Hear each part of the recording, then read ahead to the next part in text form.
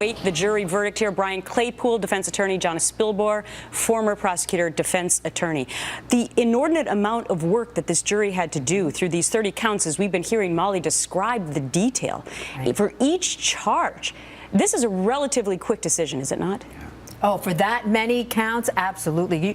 What she was reading off, the verdict forms are very complicated, and they are born from the jury instructions, and the jurors have to go through each and every count and subset, as Molly mentioned, for each of the 30 counts. So they took 12 hours to do it. They gave it enough attention. They didn't just blindly check boxes, I'm assuming, and now it's showtime. They have 17 chances to put this guy, to give the opportunity for us to put him to death. Right, 17 of the 30 charges are death penalty charges. So if he's found guilty, Brian, of even just one of these death penalty charges, it goes to the next phase, right? Absolutely. And I would agree also, Gretchen, that with 95 witnesses and only 11 hours of deliberation, that tells me that this jury was in agreement on nearly every count, and that does not bode well for the defendant. Okay, so apparently this morning, Jonna, they had two questions. They asked whether a conspiracy can pertain to either a sequence of events or a single event. They also asked about the difference between aiding and abetting. What does that tell you? You know, that's actually very curious, because what are they referring to? Whether if a conspiracy can relate to a single event or a series of events, what is that series of events? The events leading up to dropping off the bomb, or just dropping off the bomb? That actually scares me a little bit, because it's an indication that they might really have contemplated the "my big brother made me do it" defense, the coercion defense, the duress defense. Well, because this is what the judge responded to them. Judge George O'Toole replied, "Conspiracy is an agreement between two people to commit unlawful acts." What do you think, Brian? Well, I tend to agree with John on this. I think what the jury is struggling with is, can two people really get together and plot out everything? Because these two guys may not have known what was going to happen once the bomb went off. So the jury might be wondering, did they also collaborate with Officer Collier? Did they also collaborate with the Watertown drama as well? So I think that this might suggest the jury might be lenient as to later events that happened. Okay, so with 30 counts, though, I mean, it really doesn't matter with regard to the death penalty. Even if he was found innocent on 29, but guilty of one that has the death penalty charge, Jonna, it still goes forward to the death penalty. Moves on to the death penalty phase. But it also concerns me that they're contemplating those two questions, because the whole purpose of the trial from the defense perspective was not, is he guilty or innocent? It's, do we keep him alive, or does he get sentenced to death? Breaking news right now. Count one, conspiracy to use a weapon of mass destruction resulting in death, a death penalty charge. Dzhokhar Tsarnaev is now guilty. Guilty of that charge. Count one, conspiracy to use a weapon of mass destruction. Not surprised, Jonna? Not a bit. And actually, happy. Brian? I'm not surprised at all. Yeah, I expected this for sure. So for sure this moves on to the next penalty phase right now. All right. We are awaiting now the result from the jury on 29 other charges.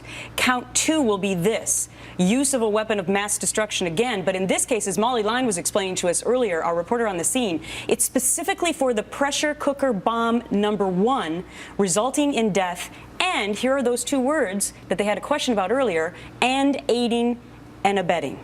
Jonna, what do you make of the difference in these kinds of charges? You know, I think it's going to be minimal. And just coming in, count two, sorry, guilty. All right. Count two, guilty, use of a weapon of mass destruction, the pressure cooker bomb #1, resulting in death, and aiding and abetting. Continue your thought. And this just proved my point. I think it's a minimal distinction from the juror's perspective. I don't want to read the tea leaves. It almost feels like there's one person on that jury who was really trying hard to find some way to not find this defendant guilty. That's going to concern me in the penalty phase more than it concerns me now, because we're going on to the penalty phase. Same jury? Same jury. Yeah, same jury. Same jury. Does it always work that way? Unless there was a problem with this jury, it always works that way. All right, so count one and count two, we now know Dzhokhar Tsarnaev has been found guilty of both. Dzhokhar Tsarnaev,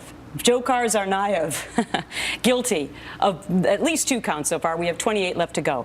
All right, so Brian, the same jury now going to be deciding this next phase. Right. And I think what's also important here, Gretchen, is if the jury's answering guilty on the first question, these sub-questions are going to be answered yes as well. There's no way this jury's going to find, yes, he used a pressure cooker, but no, he's not aiding and abetting. Okay. So Count 3 now, sorry to interrupt, guilty. Possession and use of a firearm. This is again with pressure cooker bomb number 1, during and in relation to a crime of violence resulting in death and aiding and abetting. Again, a death penalty charge. Right. I think what's important here also, Gretchen, is the more charges that he's found guilty of, that might filter into the mind of the jury when they're determining whether to give him death or not. In what way? Well, I think if all 17 counts that could lead to death, or he's found guilty on, then I think the jury might be sitting there saying, we've got to send this guy to the death chamber. But if one of them says, maybe the big brother defense is the reason why he did all this, and they don't want, the death decision needs to be unanimous.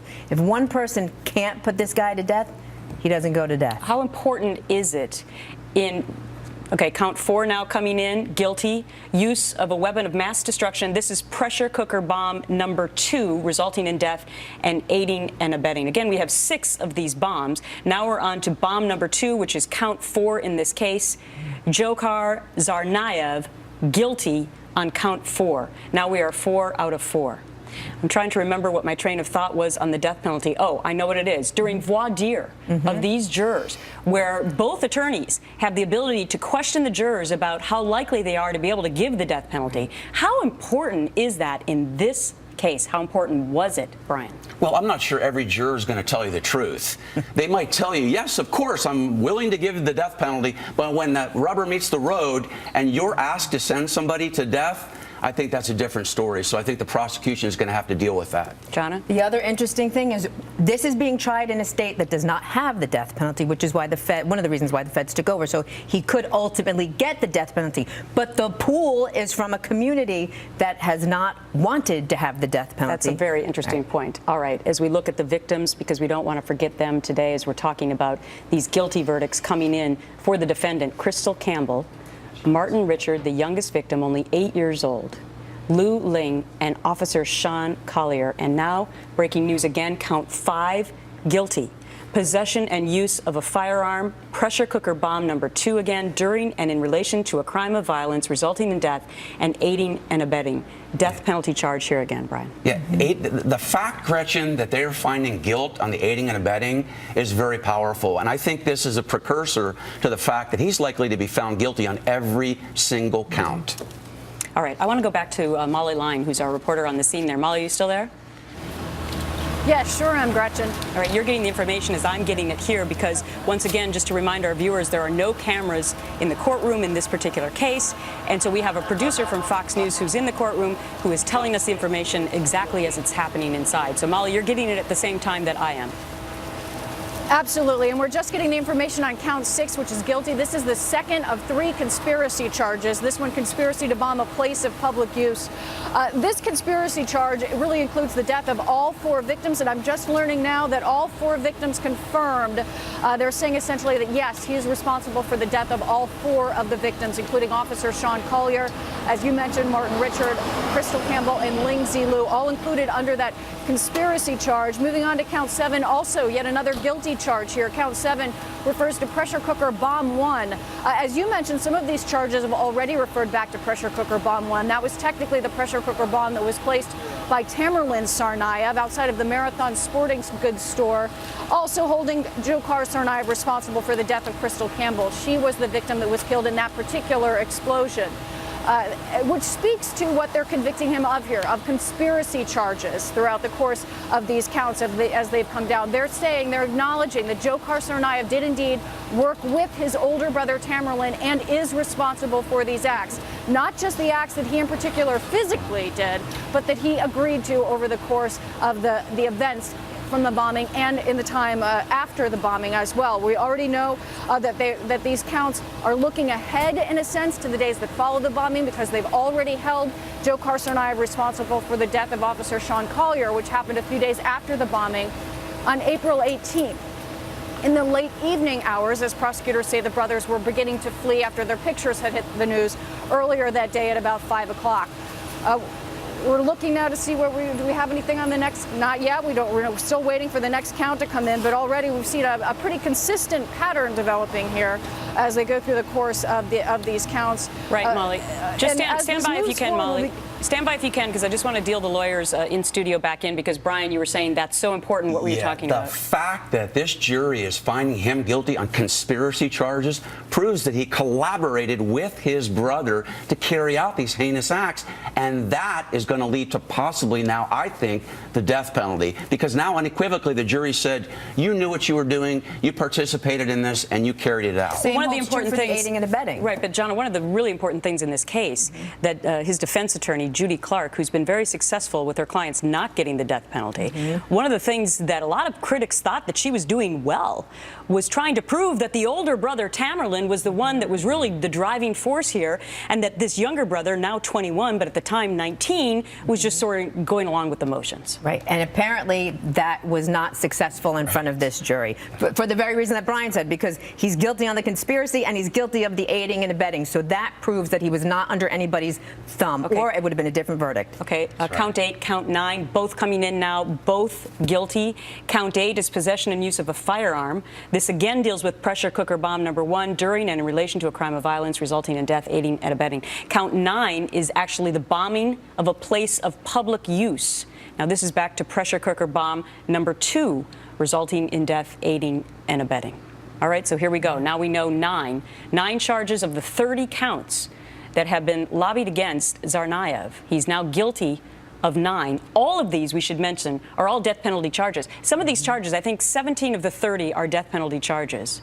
So that would mean that 13 are not. But at this point, it's really moot, isn't it? Yep. Right, absolutely. And correction, I think the only hope he has in the death penalty phase is that he did not die in this horrible event that he carried out. In other words, if he was a true terrorist, I would argue, as his lawyer, that he would have allowed himself to die. He wanted to live, and I think his lawyer should argue that maybe that signals that he's not the terrible person that he was. Count 10 coming in now, guilty. Possession and use of a firearm, pressure cooker bomb number 2 during and in relation to a crime of violence. Let's deal Molly Line back in, who's been covering this trial for us. She's live in Boston. Molly, now we're 10 out of 10 guilty. Yeah, and those first 10 charges are all death penalty eligible charges. Count 11, which is about to come in, will be the first charge that's not death penalty eligible, but then count 12 through 17 pick right back up as death penalty charges. We're beginning to get guilty throughout the course of all of 10. Looking at this charge, used or carried the pressure cooker bomb number 2. This, of course, the bomb that he physically placed outside of the forum that claimed the lives of Lindsay Liu and Martin Richard. And one thing we haven't talked about a lot, because our first focus when we hear about these verdicts is to think about the victims, the people that were killed, that were maimed, the people that lost their loved ones. But one of the things about this is the idea that it affected interstate commerce, that this caused a tremendous amount of damage and destruction of property, and we'll begin to get into those types of charges as they go throughout. And keeping in mind what the Boston Marathon was, what a big international event this was that attracted over 20,000 runners, people from all over the world, that this was an intentional act meant to disrupt commerce, not just to maim and to kill, which it certainly was, clearly, as we saw from the shrapnel and all the additional efforts that made these bombs so deadly. But in fact, it was to create a spectacle and to hurt commerce and to hurt the economy, the restaurants, and that sort of element to this crime is part of what prosecutors say has made this what it is and why it's particularly horrific. And when they get into the aggravating factors that'll come in the next penalty phase, which we know now we will be moving to the penalty phase, some of those aggravating factors we'll begin to hear more about the seriousness of this as it moves forward. All right, we just want to, Molly, sorry to interrupt. Count 11 is. Yeah, count 11 is also guilty now. Conspiracy to maliciously destroy property resulting in death. Obviously, a unanimous decision on that. Molly, sorry to interrupt. Keep going. And that's where we're heading next. Actually, we just heard 11, and do we have 12? I think we just had 12. And 13. 12 and 13. We've moved on. Yeah, guilty. 13 referring back to that pressure cooker bomb in relation to a crime of violence, whether or not it was discharged, ultimately resulting in the death of Crystal Campbell.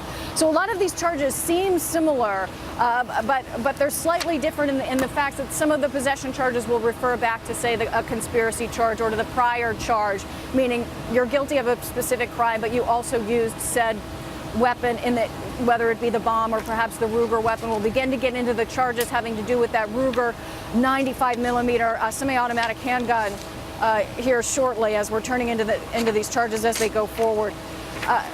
Molly, let me deal the lawyers back in here. Let's just take a break for a moment, because in my hand, Jonna and Brian, I have what I assume the jury receives, which is the piece of paper where they mark off whether or not they're guilty or not. The verdict Is that what it forms. is? Yeah.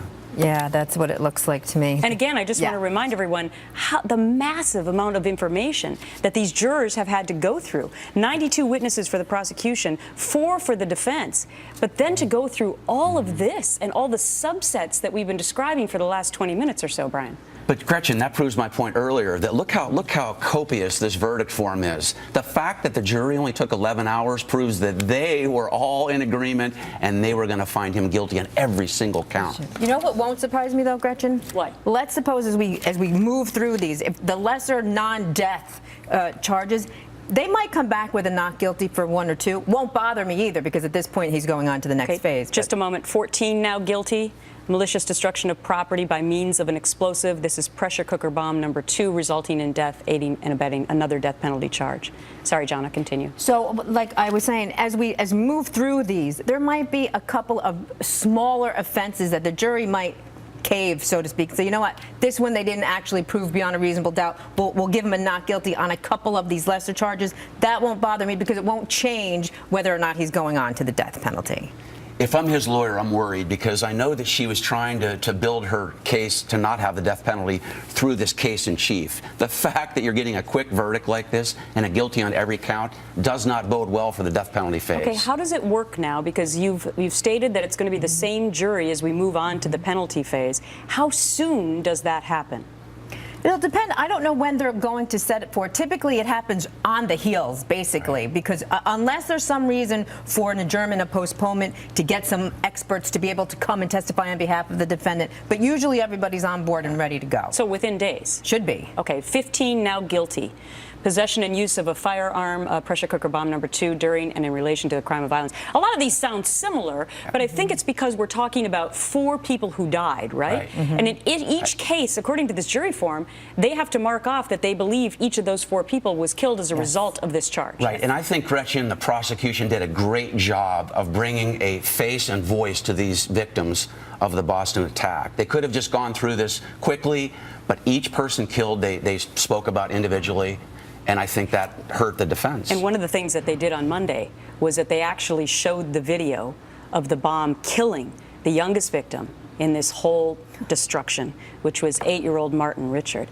And at the same time, that showed his sister also being maimed with her leg being blown off. At the same time, we had the unbelievable testimony of their father, who said that at one point, looking at his own child, his son, knowing that he was dead, that he was going to pay attention to his daughter and try and make sure that she lived. How important do you think that testimony was? If I were in the jury box, that's all I need to hear. I could tear up talking about it now. If you could look at that testimony and those exhibits and not give this man the chair, there's something wrong with you. 16 guilty now, possession and use of a firearm. This was the Ruger P95 9mm semi-automatic handgun during and in relation to a crime of violence resulting in death. You got to give the prosecution credit, Gretchen. They really did dig deep down, like Jonna said, and they brought this to each victim. And I think that really is going to really help in the death penalty phase. All right, so explain to me how this happens. I mean, we've seen it before. Is it mostly sort of character testimony that we're going to hear because we've heard the evidence? How is it different from the actual criminal trial? Can I say this? This is actually very different than a quote-unquote normal death penalty case. In a quote-unquote normal death penalty case, the defense does not come right out and say, hey, my client's guilty as charged. They never do that. Typically what we see is we put put on a defense, and then when the jury comes back with a guilty verdict, we come back and we say, all right, you got him, but here's why you shouldn't put him to death. Okay. This case was entirely different because the defense came out and said he did it, but here's why. And they're going to continue that theme at the next phase of this case. And what they're going to do, Gretchen, is they're going to say, oh, this guy was a good guy up until this happened. He went to school. He was a kid. He did community service. And again, remember what I said earlier. I think the fact that he did not commit suicide by cop and allow himself to be killed, I would argue, is he is not a devoted terrorist. Interesting. Count 17, now guilty, possession and use of a firearm again. So in this case, 16 and 17 appear to look like the same charge. So I'm not exactly sure what that means, because in this case, it would have been the officer that was killed by the gun, By right? the gun, right. Sean Collier. So Molly, let's deal Molly Line back in. Do you understand the difference between count 16 and 17, Molly? Yeah, we'll see actually a pattern of this throughout the indictment, throughout these counts as they come down. There'll be an initial charge that you're convicted of, and then another charge following that. That's essentially the possession charge, the weapon used in the previous crime. So 17 is possession of the use of a firearm during in relation to a crime of violence resulting in death, aiding and abetting. That refers back to, in this case, count 6. Which is the conspiracy to bomb a place of public use. These charges, 16, 17, 18, essentially refer to the crime that involves the death of Sean Collier. Throughout the course of the trial, you've mentioned some of the testimony that the jury has seen. In this particular case, they saw the actual video from the MIT police campus of two figures. Prosecutors say they are, of course, Dzhokhar Tsarnaev and his brother Tamerlan going up to that police cruiser and then moving away in the dark of night. Some of the most interesting testimony came from a student that was there on campus that night, flying by the brothers on a bike, saying that when someone came up and stood up quickly out of that cruiser, sort of surprised by the bike rider as he went by, he made eye contact with that individual, and he pointed out Dzhokhar Tsarnaev as being that individual. Prosecutors say the brothers were trying in vain and were not successful in getting Officer Sean Collier's gun out of his holster to continue with their plans for the rest of the night. We're now getting count 19 is also guilty. That's the carjacking. And then we move into this next phase. Similar to how it worked throughout the trial, they really went in a timeline of the events, beginning with the carnage at the Boston Marathon finish line, moving on to the beginning of the manhunt, when the brothers went on the run, when they got to the police cruiser, when they tried to get Officer Sean Collier's gun. Now this moves to the carjacking, where Dong Meng was terrorized by these brothers. He testified during the course of the trial that Tamerlan held that gun to his head multiple times. And then the next count, count 20, this is the possession charge, Gretchen. As I mentioned, one charge referring back to another charge. This regards specifically that Ruger 9mm, the gun used in the crime, referring back to the charge prior. And now we're looking at 21. This is another guilty charge. This is the one that actually has to do with the taking of $800. Dong Meng was also robbed in the course of that carjacking, the brothers forcing him to go to an ATM. And we actually saw in court, the jurors saw Dzhokhar Tsarnaev going up to that ATM and removing the money. 22, also guilty. This is the possession referring back to the Ruger 9mm, specifically brandished during the crime. So this moves into the carjacking. And then the next charge we'll begin to see, well, things will move on to what happened at the Watertown shootout. That's count 23.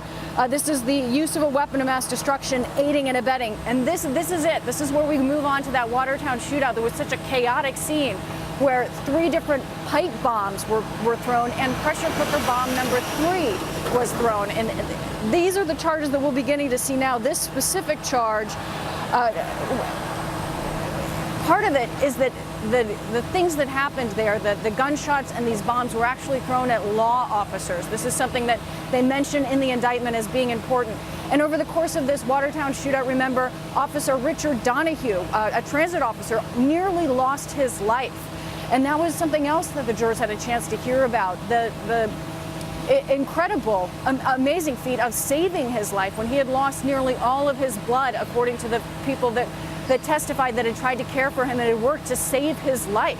Right. So these are the charges that get into that really chaotic part of this crime where Dzhokhar Tsarnaev was able to slip away into the night. Of course, as we know, ultimately captured in that dry dock boat later in the day. Mm-hmm. All right, Molly, stand by, if you will, for us. I'm going to deal back in the lawyers, Brian Claypool and Jonna Spilbar. You know, it's amazing to think this has already been almost 2 years ago. I happened to be on the air doing Fox and Friends at the time when that massive manhunt was happening live. And I think sometimes we forget in this country how fearful we all are when these types of terrorist events are playing out, and how the country as a whole felt on those days after these horrific attacks, and knowing that these innocent people were killed, and that at least one of them was still on the run on that morning we were covering it. Of course, he was found later on that night. You've been talking a lot, Brian, about the fact that you see in him the fact that he didn't kill himself, a different kind of a person, that you don't really see him so much as a terrorist. But it will be interesting to think and know how the jury sees that. Well, I think that's going to be the challenge for them, because the worst thing possible for him happened here. He killed a child. I mean, all murder is reprehensible, obviously, but he killed a child and he killed a police officer. I have a little girl, you have kids, and most people revere police officers, except, I mean, with what happened in South Carolina. But, I mean, that's not going to bode well for him. But I do think he's got a good lawyer, and I think what she has to say is, this is a kid that was wavering. He was on the fence. He participated, but if he was truly dedicated to this terroristic cause, he would have walked out in the middle of that street and had himself killed. Well, I don't know. Right now they're finding him guilty, and now we have 24 and 25 counts also guilty. Let's bring Molly Line back in, covering this story live for us in Boston. Molly. For instance, when you look at count 24, of course, this is also a guilty determination from the part of this jury. It's specific to the Ruger P95 9mm semi-automatic handgun being used there at the scene in Watertown. They say, yes, that occurred. We know from testimony there that there were 56 different casings found, which means that that gun was fired 56 times just there at the Watertown shootout scene. The pressure cooker bomb 3, also guilty, meaning that that third pressure cooker also thrown there at the scene. Officers testified about this tremendous boom that shook them to their knees. Other officers arriving on the scene recalling hearing that. And then they're moving on to the pipe bombs that were thrown by the brothers as well, also guilty now as we move forward here. Really incredible videos throughout the court and images showing the damage to that neighborhood, this normally quiet neighborhood where hundreds of rounds were fired in the dark of night. This happened after midnight, and bombs were thrown as well. So now we're beginning to see the guilty verdicts coming in on this 27, moving in to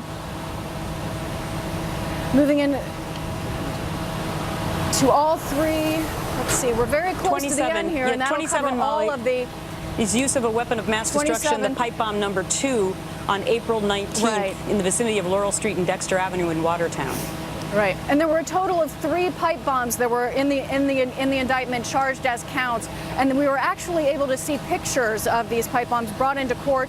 They had even made up at one point sort of a mock-up so that jurors could get a better idea of what these pipe bombs would look rebuilt, as well as a pressure cooker bomb that was passed among the jurors. At one point, you know, kind of feeling the heft of what it would take to create these devices and to bring them somewhere. Over the course of that Watertown shootout, these 3 pressure cooker, the 1 pressure cooker bomb and the 3 pipe bombs, all thrown in the dark of night. Officers testifying about seeing the flashes and knowing that both brothers were involved, the officer said, because there were bullets flying at the same time they were seeing bombs thrown. And while they couldn't necessarily say exactly which brother was doing what at a specific time, couldn't be determined, prosecutors alleged throughout this that they were in it together. And the testimony of the officers said that's what they saw. They saw that these brothers were working together throughout the course of this. One of the things, too, that's included in these Watertown shootout-related charges is that he's being held responsible for what happened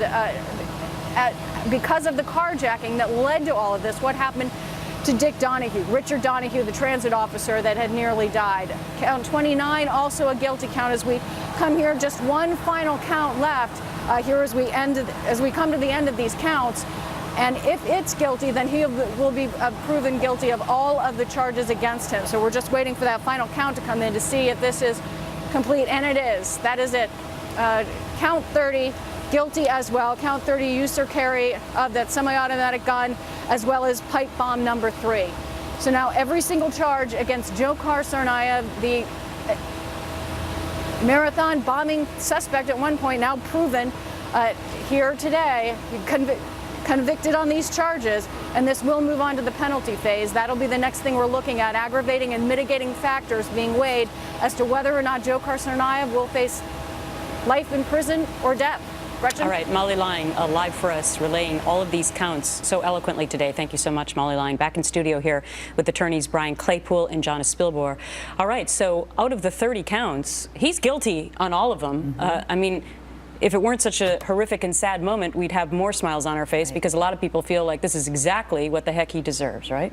Precisely. And again, my only fear for the penalty phase is the jury has spoken. He's guilty. Good.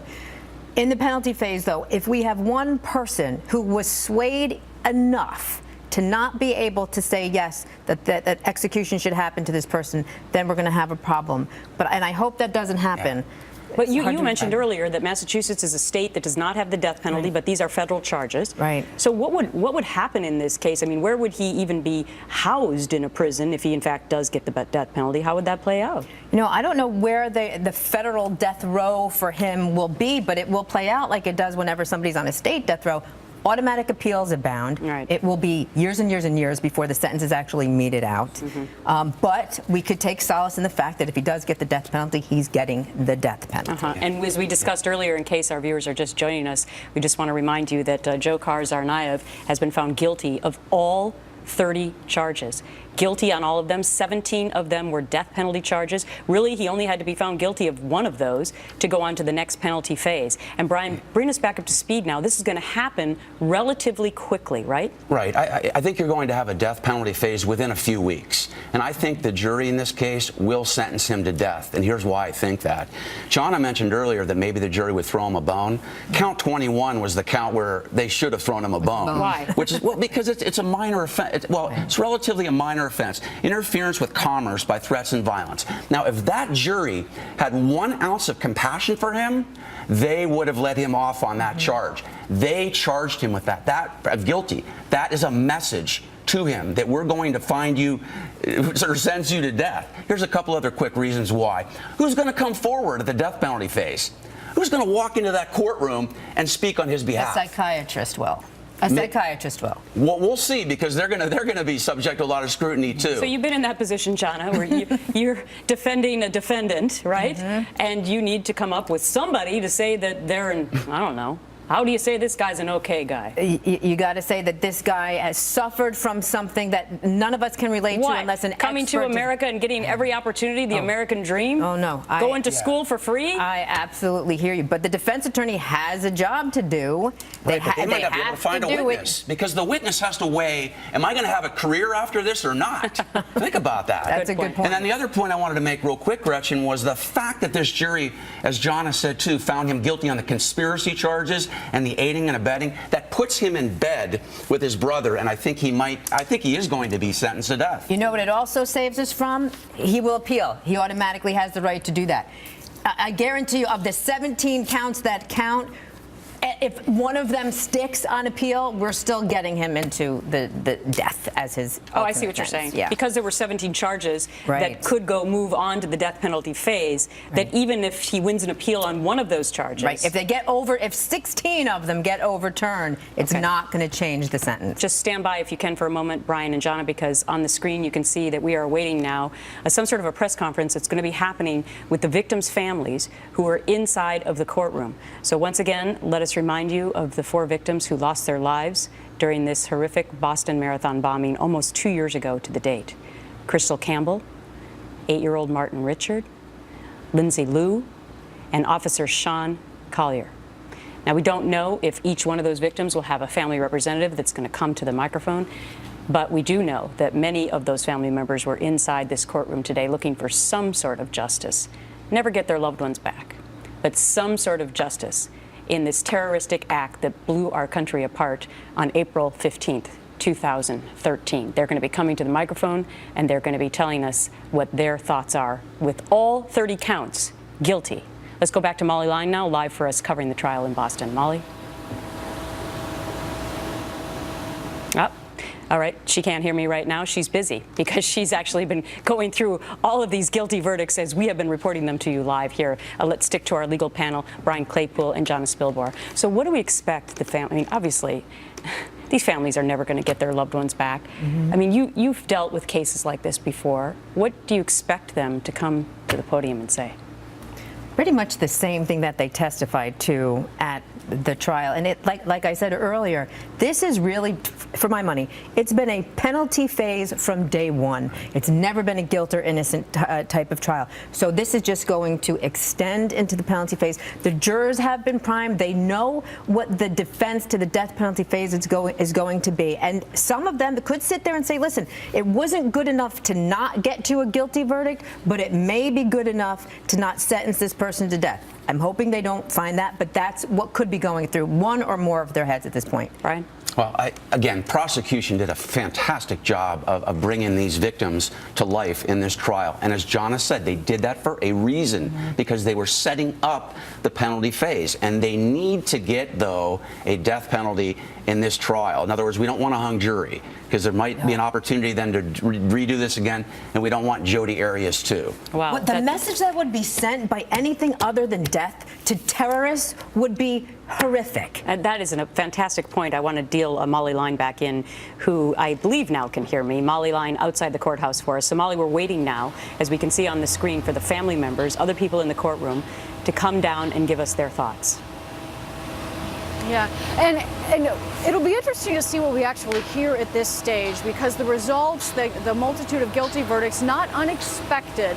So really this is more of a halfway point because of the fact that the defense attorneys were so open about the fact that he was involved.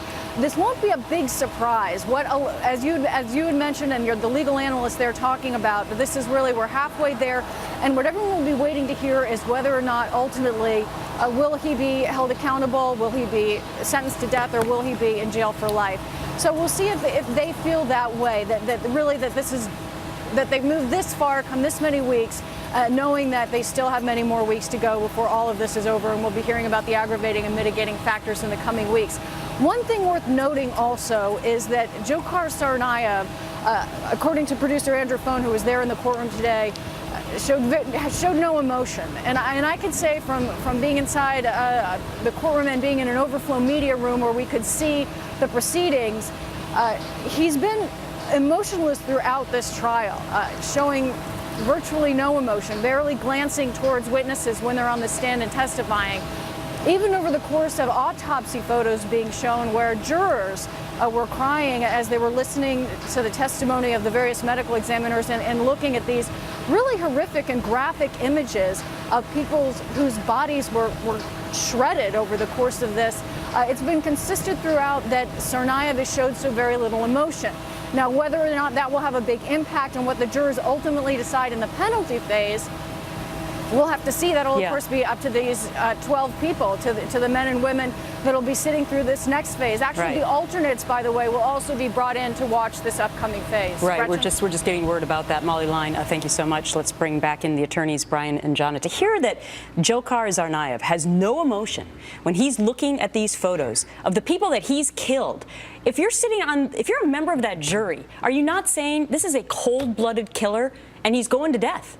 And that was news to me. I didn't know he was emotionless during this thing. It says that he's a monster and he's a terrorist, and the whole defense about my big brother made me do it is going to should fall flat. How can you be a human being and look at pictures of shredded children that you caused and not shed one tear? What on earth? How does an attorney school their client in a situation like this? I mean, so wouldn't the attorney, if she or he is supposedly doing such a great job in defending the client, wouldn't they advise them as to how their disposition should be in the courtroom, or is that not something that they do? Well, two things. Send me on a saucer to Mars before I ever defend this guy, because he didn't show any emotion in this case. That's the first thing. To answer your question then, Gretchen, this signals to me that maybe the lawyer that's representing him doesn't have good client control, because I'm sure she has spoken to him about his demeanor in the courtroom, and he's not heeding her advice. So that's another bad side. But doesn't it also show us that he truly is a terrorist?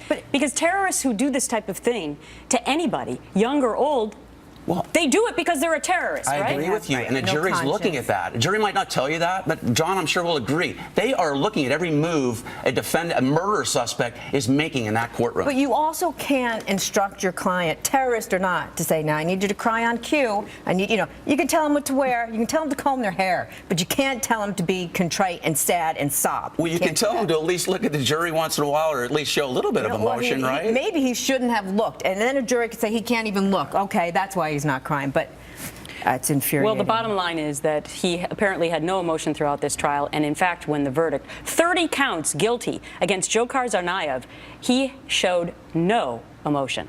Now, what do you make of the fact, I'm sure this is protocol, the judge says that the alternates will now rejoin the jury of 5 men and 7 women to hear evidence in the next phase. They have to do that, right? Yes. They didn't have it. The alternates were not needed in the guilt phase because nobody got sick, nobody had to leave, there was no problem with them. But now they're going to come back because something could happen in the penalty phase. Somebody gets sick, somebody dies, or has a family member who dies, and an alternate might have to step in. So now they get to rejoin the But the jurors get to go home now, right? Or do they not? I'm not sure if they're sequestered. I don't think they're sequestered in this case. But rest assured, this judge will give a strong admonition to not, no offense to you, but to not watch the media outlets and not read the newspapers about the case until the death penalty phase. And that's a daunting task for these jurors. All right, and once again, we just want to remind our viewers that you can see on the screen there, there's microphones being set up, and we're waiting now for family members and survivors, other survivors of this Boston Marathon bombing to come after these 30 guilty verdicts have come against Tsarnaev. They're going to come to the microphone and tell the American public how they feel, no doubt, how they feel about the justice that has been served today. Molly Line, are you still with me in Boston? I sure am. Yeah, we're waiting as well to hear. We know that Bill and Denise Richard were in court. We don't know if they'll actually come out and speak at this point in time. As I mentioned, we know that Carlos Arredondo has also been in the courtroom throughout really the course of the trial. We've seen all of them there and various other victims stopping by throughout. I'm not entirely sure who's there today or whether or not they'll be interested in speaking to the media at this point in time about their feelings about these verdicts coming in. But it would be interesting to hear as we're at this stage in the process. As much as it's a halfway point, it's also a certain, seeing them come down one after another, guilty, guilty, guilty, guilty of all 30 counts. That may be they might give them a certain feeling just seeing the consistency in that coming out throughout the course of the verdict being read. All right. So it'll be definitely interesting to hear what they have to say, and we're also expecting to hear from one of the prosecutors. We don't know who's going to speak, and I have a feeling that may be fairly brief, given that the process isn't complete in its entirety yet. Gretchen? All right, Molly Line reporting as we await those family members and survivors to come. I want to deal in Monica Crowley, who joins me also in New York, downstairs in Studio N. Monica, are you there? Yes, I am. Okay, Hi. because I know that you had, and thank you for waiting during the real story. Obviously, we've been doing the breaking news here. You had a thought as to why you believe that Dzhokhar Tsarnaev has no emotion. Why? Yeah, Gretchen, I was listening to you guys discuss this, and I think the reason is very clear. In the West, we try to project what's important to us onto our enemies, and we value life, and we value an emotional response when we see children being slaughtered in the streets of Boston. And then we try to make an understanding or have some sort of understanding as to why you're not getting that kind of emotional response from the perpetrator. The reason is, and we should not lose sight of this, is that he was and is a jihadi. He carried out an attack of Islamic terror against those people who had just assembled peacefully to see the end of the Boston Marathon. He was engaged in an act of war. And I recall, Gretchen, that Zacarias Moussaoui, who was the so-called 20th hijacker for 9/11, did not make it aboard one of the hijacked planes. But he went through the criminal process, and at trial, his lawyers tried to argue that he was, in fact, insane. They tried to do an insanity defense. And at one point, Moussaoui had disregarded his court-appointed lawyers, wanted to actually represent himself. But at one point during the process, he slammed the desk in front of him at trial, and he disregarded the insanity defense. He said point blank, I am not insane, I am Al-Qaeda. We need to get it through our minds here that we're trying to project all kinds of reasons for why this one acts this way or this one acts the other way or doesn't respond in the trial emotionally as normal people would. It is because they are carrying out Islamic attacks based on their faith, and therefore they are warriors. And that's why you're not getting the response that you would expect from a normal person. All right. So since we're taking a bit of a political turn here, do you expect President Obama to make any comments about these 30 guilty verdicts? Well, he may, and in fact he should, because I remember at the time of this terrorist attack, he was quite outspoken. So he probably should make some statement here. The other part of this that we shouldn't lose sight of, Gretchen, number one, that this was an Islamic attack, this was an act of war, but also we should not lose sight of the 4 victims. And I know that we've been putting up their pictures regularly over the course of the last hour. Don't lose sight of them. And that, I think, is something that the president should address. Both of those points, act of war and to remember the victims. It'll be interesting to see the choice of language because, as we've discussed many times on this program, Monica, the president, for whatever reason, does not call it Islamic terrorism, but generic sort of terrorism, and in some cases not even admitting that there's actually still a war on terror. What do you expect, Monica, to hear as we continue to wait for these victims' families to come to the microphone? Look, this whole process has been so gut-wrenching for these families and friends of these people who lost their lives, and also for the victims who didn't lose their lives but lost limbs and have been grievously injured by this act of war, by this terrorist attack. I expect family members to be emotional, unlike the perpetrator here, this terrorist. I expect them to talk to the point of justice that they saw today. You know, I've been following Twitter as I've been watching your coverage, Gretchen, and so many people have raised the Rolling Stone cover of Dzhokhar Tsarnaev. Great point. Rolling Stone, of course, in the news for making up a story about a vicious rape on the UVA campus. But let's not forget that when this attack happened, they glamorized him. They put him on the cover. They made him look like a sex symbol.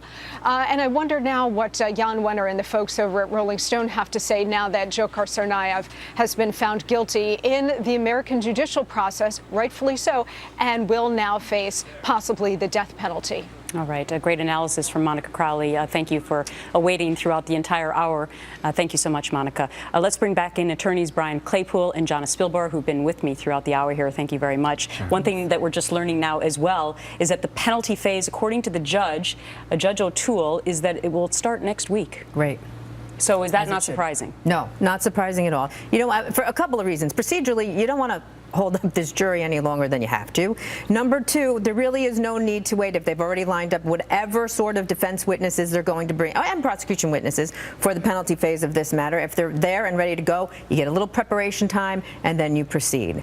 All right, as we continue to watch the action that's coming outside of the courthouse there in Boston, because we are awaiting those family members and other survivors to come to the microphone to talk about the 30 guilty verdicts today against Dzhokhar Tsarnaev. You know, one of the things I'm thinking about, Brian and Jonna, today as I'm watching this is it seems like almost on a daily basis now, domestically here in the United States, we're seeing other arrests of other possible terrorists. Just the other day, just last week, 2 or 3 women, 2 in New York and 1 in Philadelphia, trying to build pressure cookers like these 2 yahoos did, right? Yep. So here we have a huge problem, not just legally in our country, but how do we continue to combat this domestic grown terror?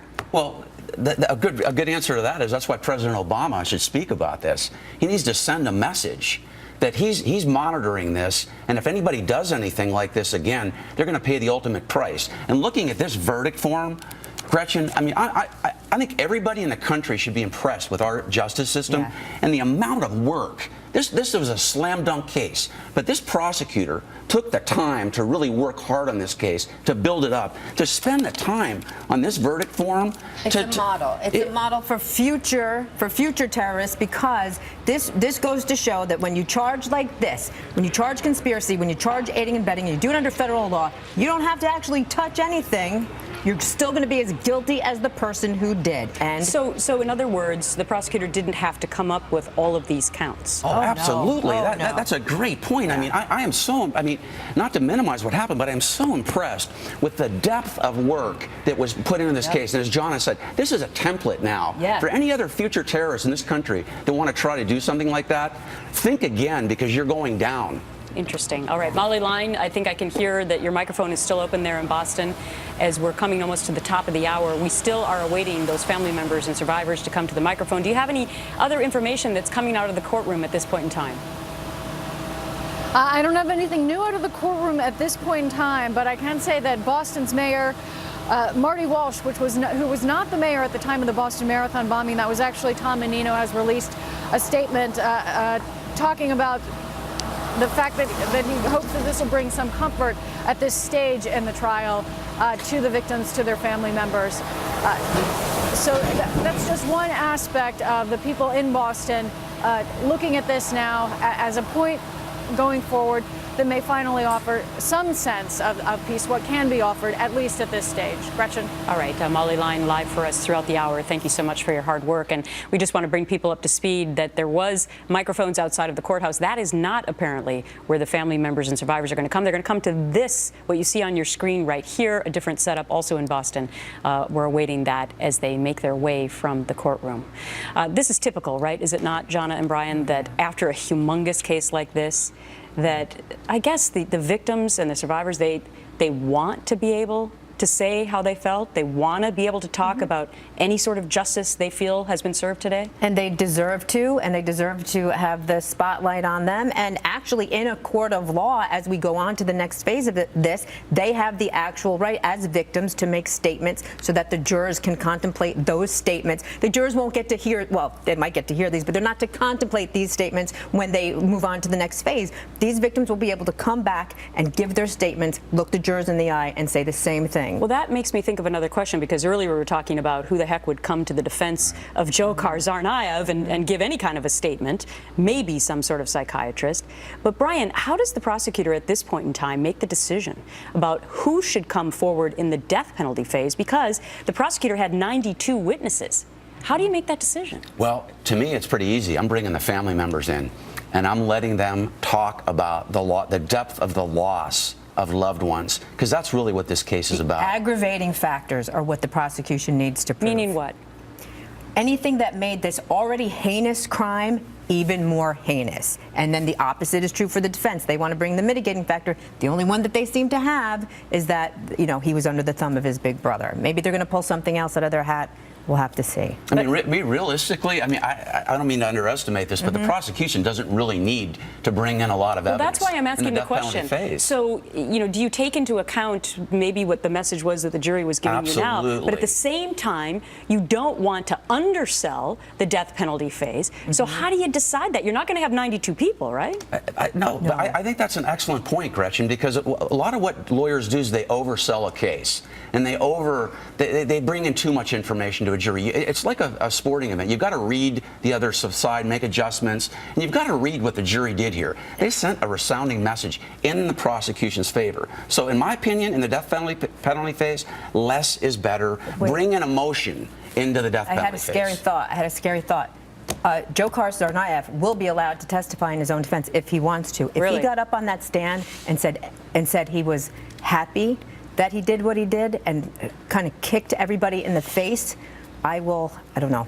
That would be the worst thing that could possibly happen. Well, he had the opportunity to do that in this first trial phase, right? He had the opportunity to do it then, and he's going to have an opportunity to do it in the penalty phase. Well, why would he do it now, though, if he didn't do it before? Now he's got, well, you know, he's been found guilty now. I think Monica raised a great point. If you bring in the cultural aspect of it and the terroristic aspect of it, this guy will never take the stand in the death penalty phase. It's a sign of weakness. Again, 30 counts, guilty today. Dzhokhar Tsarnaev showed no emotion in the courtroom, apparently throughout the entire trial, and none today when he was found guilty of 30 counts.